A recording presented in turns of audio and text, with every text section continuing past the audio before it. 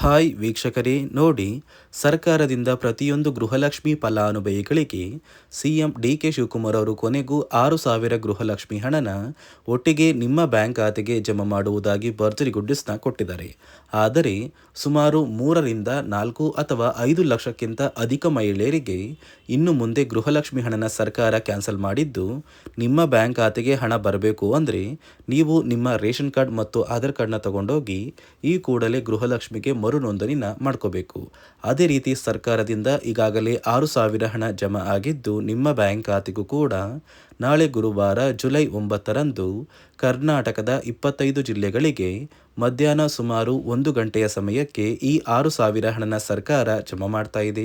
Ration card ದಾರರಿಗೂ ಕೂಡ 3 ಮುಖ್ಯವಾದ ಹೊಸ ಮಾಹಿತಿನ ಕೊಟ್ಟಿದ್ದು, ಗೃಹಲಕ್ಷ್ಮಿ ಹಣ ಯಾರಿಗೆಲ್ಲ ಬರ್ತಾ ಇದೆ, ಯಾರಿಗೆಲ್ಲ ಕ್ಯಾನ್ಸಲ್ ಆಗ್ತಾ ಇದೆ ಅಂತ ನಾನು ನಿಮಗೆ ಈ ಒಂದು ವಿಡಿಯೋದಲ್ಲಿ ತಿಳಿಸ್ಕೊಡ್ತಾ ಇದ್ದೀನಿ. ಅದಕ್ಕಿಂತ ಮೊದಲು ನೀವು ನನ್ನ ಚಾನಲ್ನ ಸಬ್ಸ್ಕ್ರೈಬ್ ಆಗದೆ ಹಾಗೆ ವಿಡಿಯೋ ನೋಡ್ತಾ ಇದ್ರೆ ದಯವಿಟ್ಟು ಪ್ರತಿಯೊಬ್ಬರು ಚಾನಲ್ನ ಸಬ್ಸ್ಕ್ರೈಬ್ ಮಾಡ್ಕೊಳ್ಳಿ, ಹಾಗೆ ವಿಡಿಯೋಗೆ ಒಂದು ಲೈಕ್ನ ಕೊಡಿ. ಹೌದು ವೀಕ್ಷಕರೇ, ಸರ್ಕಾರದಿಂದ ಪ್ರತಿಯೊಂದು ಗೃಹಲಕ್ಷ್ಮಿ ಫಲಾನುಭವಿಗಳಿಗೆ 3 ತಿಂಗಳ 6,000 ಹಣನ ಒಟ್ಟಿಗೆ ಜಮಾ ಮಾಡ್ತಾ ಇದೆ. ಅಂದರೆ ನಿಮ್ಮ ಬ್ಯಾಂಕ್ ಖಾತೆಗೆ 3 ತಿಂಗಳ ಹಣ ಏನು ಬರ್ತಾ ಇದೆ ಆ ಒಂದು ಹಣನ ಸರ್ಕಾರ ಜಮಾ ಮಾಡಬೇಕು ಅಂದರೆ ಫಲಾನುಭವಿಗಳು ಗೃಹಲಕ್ಷ್ಮಿಗೆ ರೇಷನ್ ಕಾರ್ಡ್ ಮತ್ತು ಆಧಾರ್ ಕಾರ್ಡ್ನ ಕೊಟ್ಟು ಮರು ನೋಂದಣಿನ ಮಾಡ್ಕೋಬೇಕು. ಸುಮಾರು 3ರಿಂದ 4 ಲಕ್ಷ ಅಥವಾ ಅದಕ್ಕಿಂತ ಅಧಿಕ ಫಲಾನುಭವಿಗಳಿಗೆ ಇನ್ನು ಮುಂದೆ ಗೃಹಲಕ್ಷ್ಮಿ ಹಣನ ಕ್ಯಾನ್ಸಲ್ ಮಾಡುವುದಾಗಿ ಸಿಎಂ ಡಿ.ಕೆ. ಶಿವಕುಮಾರ್ ಅವರು ಒಂದು ಮಾಹಿತಿನ ಕೊಟ್ಟಿದ್ದಾರೆ.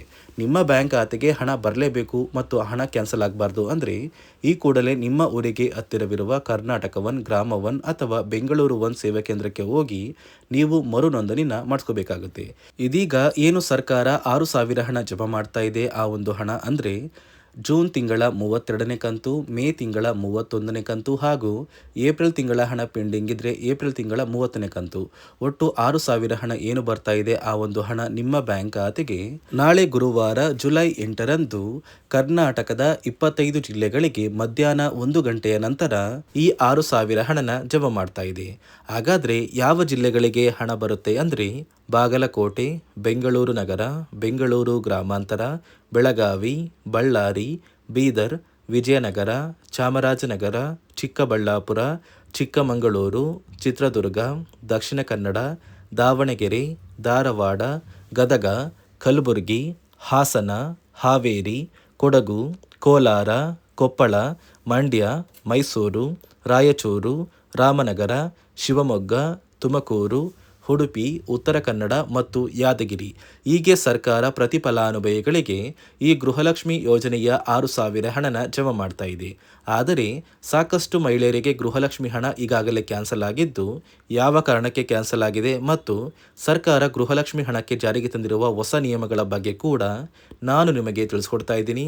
ನಿಮ್ಮ ಬ್ಯಾಂಕ್ ಖಾತೆಗೆ ಗೃಹಲಕ್ಷ್ಮಿ ಯೋಜನೆಯ 3 ತಿಂಗಳ 6,000 ಹಣ ಜಮಾ ಆಗಬೇಕು ಅಂದರೆ ನೀವು ಆದಷ್ಟು ಬೇಗ ಗೃಹಲಕ್ಷ್ಮಿಗೆ ಮರು ಅರ್ಜಿನ ಹಾಕೋದು ಕಡ್ಡಾಯ. ಯಾವ ಕಾರಣಕ್ಕೆ ನೀವು ಮರು ಅರ್ಜಿ ಹಾಕಬೇಕು ಅಂತ ಕೂಡ ತಿಳಿಸ್ಕೊಡ್ತಾ ಇದ್ದೀನಿ. ನೋಡಿ ವೀಕ್ಷಕರೇ, ಸುಮಾರು 2ರಿಂದ 3 ಲಕ್ಷಕ್ಕಿಂತ ಅಧಿಕ ಮಹಿಳೆಯರಿಗೆ ಗೃಹಲಕ್ಷ್ಮಿ ಹಣನ ಸರ್ಕಾರ ಕ್ಯಾನ್ಸಲ್ ಮಾಡಿದೆ. ಯಾಕಂದರೆ ಈ 3 ಲಕ್ಷಕ್ಕಿಂತ ಅಧಿಕ ಫಲಾನುಭವಿಗಳ ಬ್ಯಾಂಕ್ ಖಾತೆಗೆ ಪ್ರತಿ ತಿಂಗಳು ಗೃಹಲಕ್ಷ್ಮಿ ಹಣ ಜಮಾ ಆಗ್ತಾ ಇತ್ತು.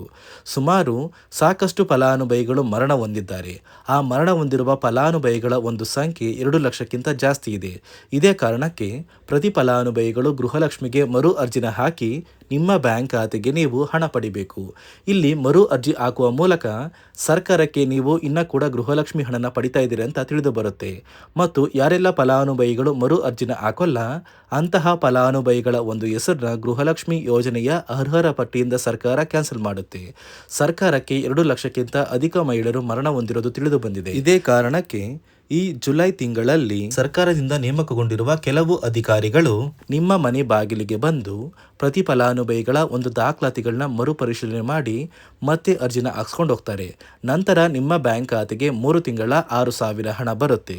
ಅದೇ ರೀತಿ ಇನ್ನು ಮುಂದೆ ಪ್ರತಿ ವರ್ಷವೂ ಕೂಡ ನೀವು ವರ್ಷದ ಕೊನೆಯಲ್ಲಿ ಗೃಹಲಕ್ಷ್ಮಿಗೆ ನೀವು ಹೊಂದಿರುವ ಲೈಫ್ ಸರ್ಟಿಫಿಕೇಟ್ನ ಕೊಟ್ಟು ಅರ್ಜಿನ ಹಾಕಿದ್ರೆ ಮಾತ್ರ ಆ ಒಂದು ವರ್ಷದಲ್ಲಿ ಪ್ರತಿ ತಿಂಗಳು ಗೃಹಲಕ್ಷ್ಮಿ ಯೋಜನೆಯ 6,000 ಹಣ ಬರುತ್ತೆ. ಈಗಾಗಲೇ ಫಲಾನುಭವಿಗಳಿಗೆ ಗೃಹಲಕ್ಷ್ಮಿ ಹಣ ಜಮಾ ಆಗೋದಕ್ಕೆ ಸ್ಟಾರ್ಟ್ ಆಗಿದೆ ಮತ್ತು ಸರ್ಕಾರ ಈ ಗೃಹಲಕ್ಷ್ಮಿ ಹಣಕ್ಕೆ ಕೆಲವು ನಿಯಮಗಳನ್ನ ಕೂಡ ಜಾರಿಗೆ ತಂದಿದೆ. ಅದೇ ರೀತಿ ರೇಷನ್ ಕಾರ್ಡ್ ಹೊಂದಿರುವ ಪ್ರತಿಯೊಂದು ಕಾರ್ಡ್ದಾರರಿಗೂ ಕೂಡ ಸರ್ಕಾರ 3 ಮುಖ್ಯವಾದ ಭರ್ಜರಿ ಗುಡ್ಡಿಸ್ನ ಕೊಟ್ಟಿದ್ದು, ಮೊದಲ ಒಂದು ಗುಡ್ ನ್ಯೂಸ್ ಬಂದು ಸರ್ಕಾರ ಹೊಸ ರೇಷನ್ ಕಾರ್ಡ್ಗೆ ಅರ್ಜಿನ ಸ್ವೀಕಾರ ಮಾಡ್ತಾ ಇದೆ. ನೀವು ಕೂಡ ಹೊಸ ರೇಷನ್ ಕಾರ್ಡ್ನ ಪಡಿಬೇಕು ಅಂದರೆ ಆದಷ್ಟು ಬೇಗ ಅರ್ಜಿನ ಹಾಕಿ.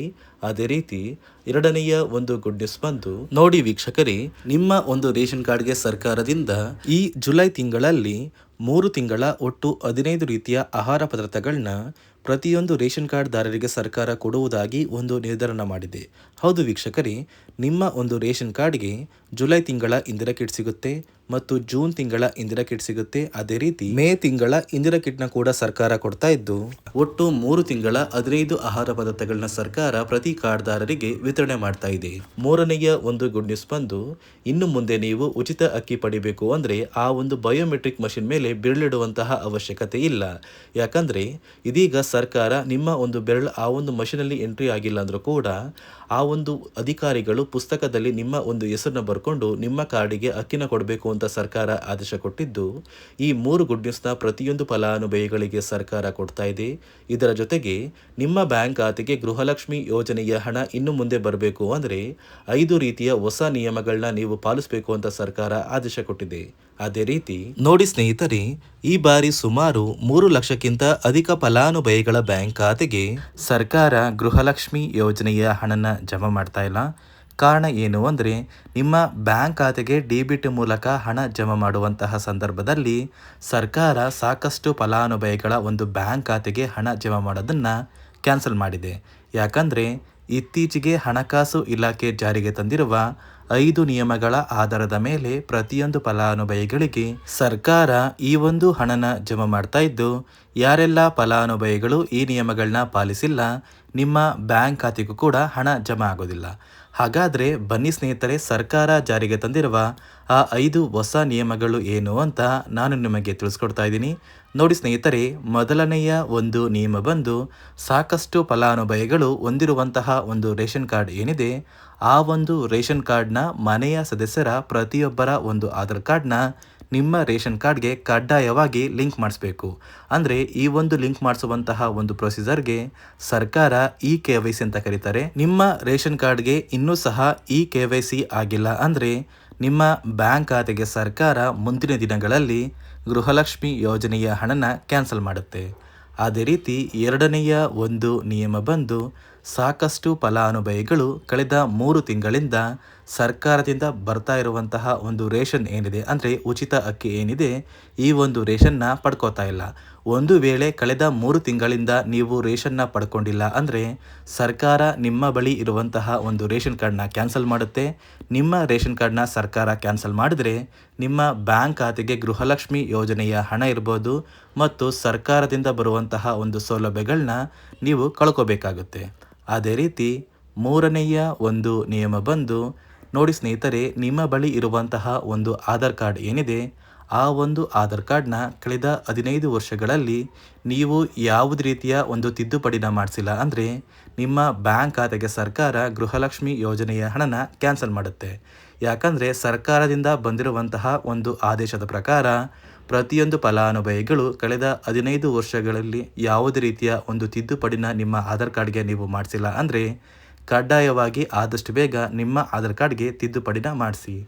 ಅದೇ ರೀತಿ ನಾಲ್ಕನೆಯ ಒಂದು ನಿಯಮ ಬಂದು ನಿಮ್ಮ ಕುಟುಂಬದ ಒಂದು ವಾರ್ಷಿಕ ಆದಾಯ 7 ಲಕ್ಷಕ್ಕಿಂತ ಕಡಿಮೆ ಇರಬೇಕು. ಒಂದು ವೇಳೆ ನಿಮ್ಮ ಕುಟುಂಬದ ವಾರ್ಷಿಕ ಆದಾಯ 7 ಲಕ್ಷಕ್ಕಿಂತ ಜಾಸ್ತಿ ಇದ್ದರೆ ನಿಮ್ಮ ಬ್ಯಾಂಕ್ ಖಾತೆಗೆ ಸರ್ಕಾರ ಗೃಹಲಕ್ಷ್ಮಿ ಯೋಜನೆಯ ಹಣನ ಕ್ಯಾನ್ಸಲ್ ಮಾಡುತ್ತೆ. ಅದೇ ರೀತಿ 5ನೆಯ ಒಂದು ನಿಯಮ ಬಂದು ನಿಮ್ಮ ಕುಟುಂಬದ ಸದಸ್ಯರು ಅಥವಾ ಗೃಹಲಕ್ಷ್ಮಿ ಯೋಜನೆಯ ಫಲಾನುಭವಿಗಳು ಯಾರು ಕೂಡ ಸರ್ಕಾರಿ ನೌಕರರಾಗಿ ಕಾರ್ಯನಿರ್ವಹಿಸ್ತಾ ಇರಬಾರ್ದು. ಒಂದು ವೇಳೆ ನಿಮ್ಮ ಕುಟುಂಬದಲ್ಲಿ ಯಾರೇ ಆಗಿದ್ರೂ ಸರ್ಕಾರಿ ನೌಕರರಾಗಿ ಕಾರ್ಯನಿರ್ವಹಿಸ್ತಾ ಇದ್ದರೆ ನಿಮ್ಮ ಬ್ಯಾಂಕ್ ಖಾತೆಗೆ ಗೃಹಲಕ್ಷ್ಮಿ ಯೋಜನೆಯ ಹಣ ಕ್ಯಾನ್ಸಲ್ ಆಗುತ್ತೆ. ಈ 5 ನಿಯಮಗಳ ಆಧಾರದ ಮೇಲೆ ಪ್ರತಿಯೊಂದು ಫಲಾನುಭವಿಗಳಿಗೆ ಸರ್ಕಾರ ಹಣ ಜಮಾ ಮಾಡ್ತಾ ಇದೆ.